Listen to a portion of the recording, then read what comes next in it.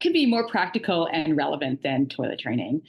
When done effectively, toilet training our learners with autism could be the most socially significant skill to teach them.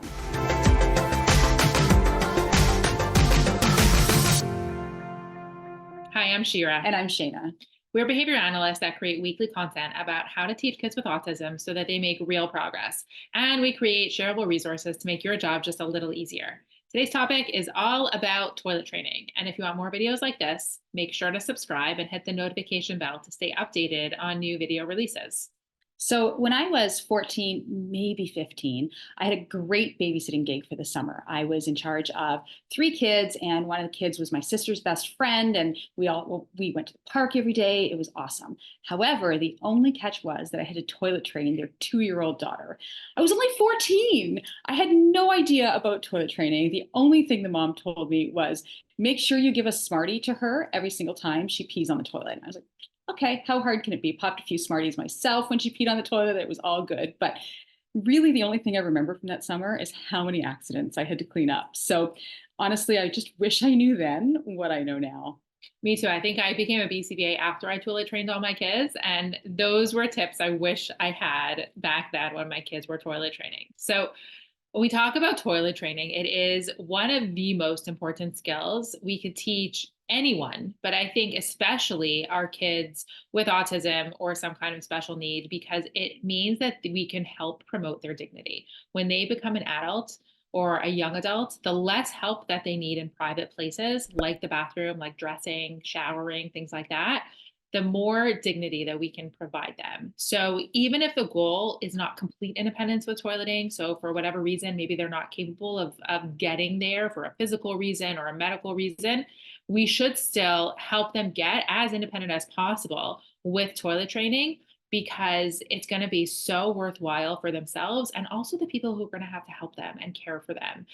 We feel very strongly that toilet training should be one of the first things, once a child is ready, that we work on, and it should take up as much time as it needs. It's super important. We often get asked, though, what are prerequisites for toilet training? Because there are a few prerequisites. It's like you can't get a newbie kiddo and say, okay, great, we're toilet training right away. A child or adult needs to understand that first then contingency. So, first I do something for you, then I get something like, a reward, reinforcement, something. We used to call it instructional control, but the new term is called instructional motivation. Really, they're motivated to do something. Usually another prerequisite skill is age, right? So developmentally, kids are usually over the age of 2. So, typically I say, if a child is only 2, we usually wait about 6 months, or I'll say, talk to the doctor and make sure this is appropriate at this time. Yeah. And sometimes we'll have people say, well, it's super important to the parents, which you need, like parents have to be on board, but it shouldn't be either the first thing that you do when you're starting to work with a child. So sometimes parents feel so strongly about it and it is such a top priority that you might get, a 2.5 or 3 year old. And that's what parents want you to start with, during their ABA sessions. We don't recommend that being the first thing that you start with for a couple of reasons. One is you need to build that relationship. Toilet training becomes very demanding, and it really does take over. So it is important to have some momentum where the child trusts you, where you have some of that motivation, and then you can start talking about, are they ready, with that first then contingency. You do also want the child to be able to tolerate sitting on the toilet. They're going to need to sit for about 2 minutes at a time. It shouldn't be a struggle. So you may have to start with like desensitizing them, but they should be able to tolerate the bathroom. It should be a good experience for them before you start toilet training them. And they should also show that they're able to hold their pee for like about an hour. The way that you would find out is by checking. So we would do, a diaper check or a diaper change every half hour or so. And we would take data on how often their diaper is wet, and seeing if they're able to hold for longer periods of time, is really important. Other things that are pretty important for toilet training would be things like low rates of problem behavior. So Shira mentioned that a student should be able to sit on the toilet for a couple minutes, but if a student is highly aggressive, that goes back to trust as well, right? They've got to trust you, but maybe they just don't want to sit on the toilet for that long and they're aggressive. That's dangerous to themselves. It's dangerous to others. So making sure that, they're low rate, that they have low rates of negative behavior instead of high rates of negative behavior. And that comes with, doing other things like the pairing and, doing some ABA teaching as well and teaching some replacement skills for that. And then we want them to have some basic self-help skills. I wouldn't say this is like a full prerequisite. There are so many workarounds. Like if you work with a good OT, they could really help you with. But if they can learn to like pull up and down their own pants and get to the bathroom by themselves, it is really nice. So I would say it's a nice to have, not a must have. And the other thing you want to rule out before starting any toilet training is ruling out any real medical concerns. So depending on the profile of your learners, some students are, have different feelings in terms of what they're able to sense or not. Often, if there was any kind of like surgeries or anything that might affect that, sometimes like severe constipation can affect their ability to toilet train. You just want to rule any of that out so that, they are, they're ready. So, how do we start toilet training? The first step is really priming. It's really just teaching the student to like the bathroom. Pairing, much like you pair yourself with reinforcement, we want to pair the bathroom with reinforcement, right? I've had parties in the bathroom before, balloons, music, it's fun in the bathroom. That's huge. Also, practicing sitting on the toilet, with and without a diaper. If the student doesn't want to sit on the toilet without a diaper, who cares? Let them sit on the toilet with the diaper on. Not a huge deal. If possible, maybe the student can watch their parents or a sibling sit on the toilet, get that whole thing. There's videos on YouTube. There's teddy bears who can also sit on the toilet. So making that toilet just a very familiar place. And then once they're ready for that and you primed, we would start toilet training. So what does that look like? We tend to use a time interval approach to start with. And the way that you would know what time to start with is because you have data on how often they're wet, how often they may be already, like trying to pee. It's usually somewhere around 5 to 10 minutes just to make them successful because you're also going to be flooding them with a lot of liquids. Like you want them to drink a lot so that they have so many opportunities. The more opportunities they have to be successful, the more opportunities they have to access reinforcement. And that's just good learning. The other thing is we always recommend that they start in underwear and not, whether people always ask, well, what about a pull-up?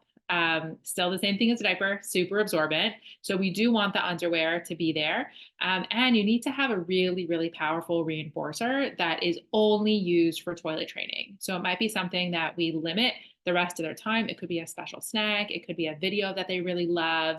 It's going to be unique to the learner and what the parents are comfortable with, but it really should be saved, especially for eliminations in the toilet. Shira mentioned as one of the prerequisite skills, parent buy-in. And this is why parent buy-in is so important. We want to be having these conversations with parents. Like number one, what is your student or what is your child really interested in? And how can we withhold that? So, it might be a favorite YouTube video. Oftentimes I typically try and use something quick and dirty. I don't usually use edibles throughout ABA sessions anymore, but maybe for the bathroom, we reserve jelly beans or we reserve Smarties. I still have my 14-year-old self comes back, right? Smarties in the bathroom. But something that the student cannot have access to at any other time. And the reason we want this is that satiation deprivation. The student, if they know that they can get access to jelly beans anytime they want, what's the motivation to get another jelly bean for peeing on the toilet when they can just get one anyway? Or what's the motivation for watching that favorite YouTube video if they know they can just access that anyway? So making sure that that motivation stays high and you're constantly working with the parent on that. The other thing that Shira mentioned was underwear. And it's really important, again, that parent buy-in, because some parents are just saying, I can't do that right now. Okay, let's see how we can work together. Maybe we can use underwear throughout the entire ABA session, and we'll put a pull-up on as soon as the ABA session is finished. But here's the deal, once we get to about half an hour interval, you should be able to, manage half an hour in underwear every time. We'll put him in underwear then, but it doesn't have to be on a 5-minute schedule, parent, because we know you've got other things going on. Yeah, and we know that, there's behavioral contrast. Kids will learn the rules that apply in different settings. So it's often very overwhelming for parents to take on a 5-minute interval or even a 10-minute interval. So we'll usually say, don't worry about it. You're not toilet training yet. We're going to work on it here. And when they get to about a 30 or 45-minute interval, that's when we'll start looking to transfer it home. But hopefully by then they're a lot more successful. You also want to use a lot of visuals. So letting them know how to access that reinforcer. So having a first then visual. You also want them to have some sort of visual letting them know that it's time to go to the bathroom. One of the things that we always say is meaning well, we sometimes want to say to the student, oh, do you have to go to the bathroom now? And want them to like respond yes or no. What that does often is creates a lot of prompt dependency on somebody asking if they need to go to the bathroom. And that becomes the SD. And what we want the SD to be is a feeling. They have to respond to the feeling of needing to go to the bathroom. So, what we do right from the beginning is pairing the bathroom trip with some sort of prompt to manage a request for the bathroom. So, instead of saying, do you need to go to the bathroom? We might set a timer and the timer beeps and we prompt the student to point to the picture of the bathroom or say bathroom or pee or whatever they can communicate at their level so that they're learning that them going to the bathroom is, initiated by them. Even if you're helping to support that, it is part of the learning process that we'll get to, eventually when we're going to teach initiation, this is a good step towards that. Be careful with that timer though, because some students associate that timer going off with requesting for toilets. So sometimes with certain students, you have to be sneaky and have a vibrating timer or something that only you can hear, and then you prompt the student. But using a visual for toilet and on an interval basis, you're prompting the student to manned for toilet, maybe you're doing a transfer trial. So, it looks prompt at the beginning and you say, have the picture right there and you model PP or I need to use the bathroom, whatever the student can say. And the student repeats it, but then you go, huh, what? And then the student has to say it independently so that eventually that picture of the bathroom can take over. And then like Shira said before, the ultimate goal is that feeling inside will take over to request for toilet. And all along this time, we're taking data so that we're continuing to make data-based decisions on how we're moving the child through this process.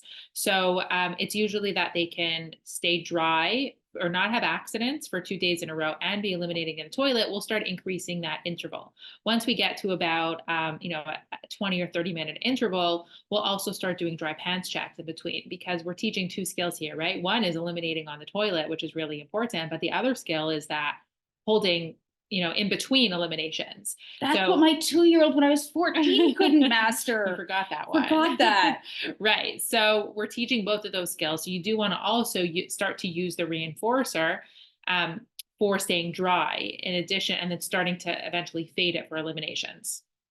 I've used 2 separate reinforcers, one reinforcer for eliminating on the toilet, so that jelly bean, and a different reinforcer for dry pant checks. It could even just be a high five, verbal praise. Wow, you're dry. That's amazing. Some other kids need, more of a tickle squish, or they might need, a Fruit Loop. I've used Fruit Loop Cheerios before. So things like that as well.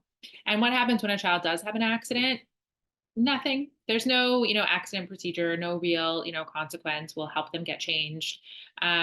There are, in the past, some procedures that may have been done, but, at first, definitely at the beginning, it just helped them change and move on. Kids are still learning. They don't have that skill yet, so they shouldn't be punished for it. Right. Right. But you don't want to be providing too much attention in that situation either. It's just kind of neutral, like let's get changed and continue on our day. So there's a lot of mistakes that are made. So, people can be following this protocol and they say, it's not working. I've done everything you've told me to do. It's not working. So, there are some common mistakes. Let's go through those right now. Yeah. So one is taking the child too frequently. So, we had a student who really had a hard time drinking, right? And was really not tolerating wanting to drink a lot of water. So the data was telling us that they're actually only eliminating maybe twice a day, but they were still taking them every 5 minutes. And the student was getting really frustrated because that's a lot of work going to the bathroom every 5 minutes and all that's involved. Plus, they weren't accessing reinforcement all those times. They were only accessing reinforcement 2 out of the 25 trips that day. It's not a really good learning experience. So in that case, you don't want to be taking the child too frequently. You could make adjustments based on when they're actually needing to go so that it doesn't become an aversive experience. Also, if you find that you're not able to, you want to be able to move that interval really quickly. So if you're starting at 5 minutes, you don't want to be spending a lot of days at 5 minutes.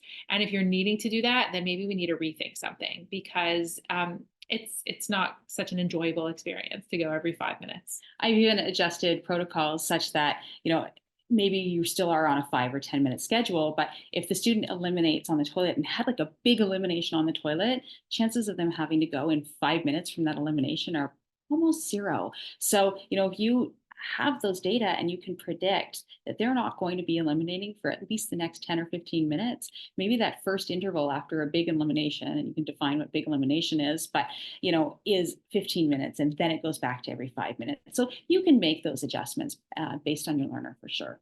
Another mistake might be waiting until the child feels like they need to go or looking like they need to go, and then maybe it being too late.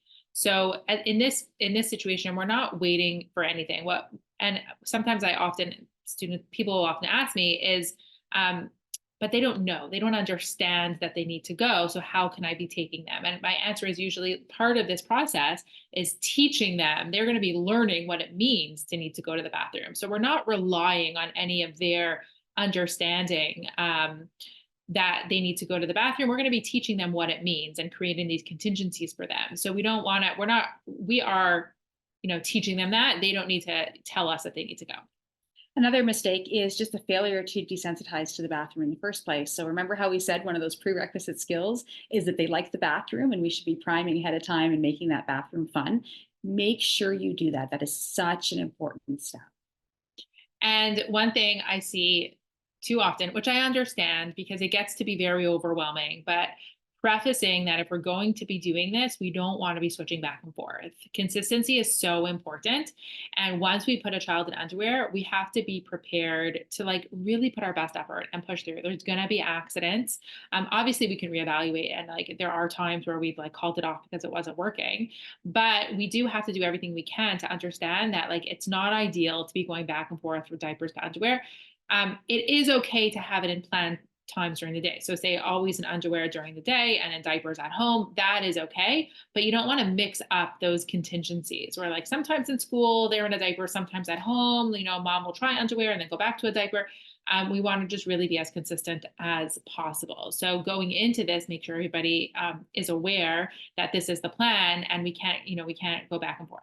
And it goes to talking to parents, right? Having that communication between parents and therapists and making sure everyone's consistent, because those inconsistencies is also another common mistake, right? If parents are doing one thing and therapists are doing another, or if therapists versus teachers in a classroom or two therapists are doing different things, that can also be very inconsistent. Another common mistake is not limiting that reinforcement so that it's special and unique for toileting. Sometimes, again, everybody has to be on the same page. Parents, stakeholders, teachers, everybody involved has to agree that this reinforcement, it has to be really powerful because it has to be special, and that we're going to be able to limit it so that it's only for toileting. Absolutely. Another one would be too much attention for accidents, too much attention for going to the bathroom, but not eliminating. There's usually a lot of stress around toilet training, right? So just making sure that that stress doesn't get passed on to the student, or that there's not too much attention associated with not wanting to go to the bathroom or with accidents.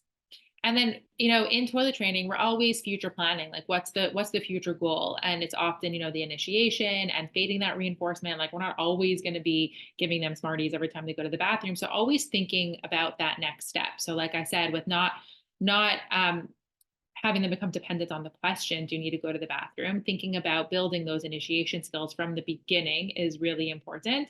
And another common mistake is not changing that reinforcement. So once they're successful at eliminating in the toilet, we want to start fading that reinforcement a little bit. Maybe they get a reinforcement every other time they go. Often we'll fade that reinforcement to be for initiations versus eliminations when they're ready for that. So there are, you always want to be thinking about that next step in this whole process. I've literally had conversations in meetings with parents, therapists about defining what a big P is versus a little p, and only reinforcing for big P's on the toilet. So that's again pushing forward in terms of, at the beginning, you're always reinforcing for any response, and then having to make sure you're fading that reinforcement so that that learning can occur.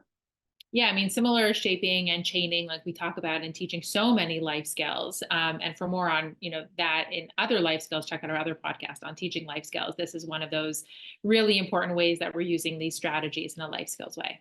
For more information on toilet training, click the link in and around this video or in the description to claim your free toilet training tip sheet. We also encourage you to subscribe to the channel so that you don't miss any future videos, and leave a like and comment below if you have further questions.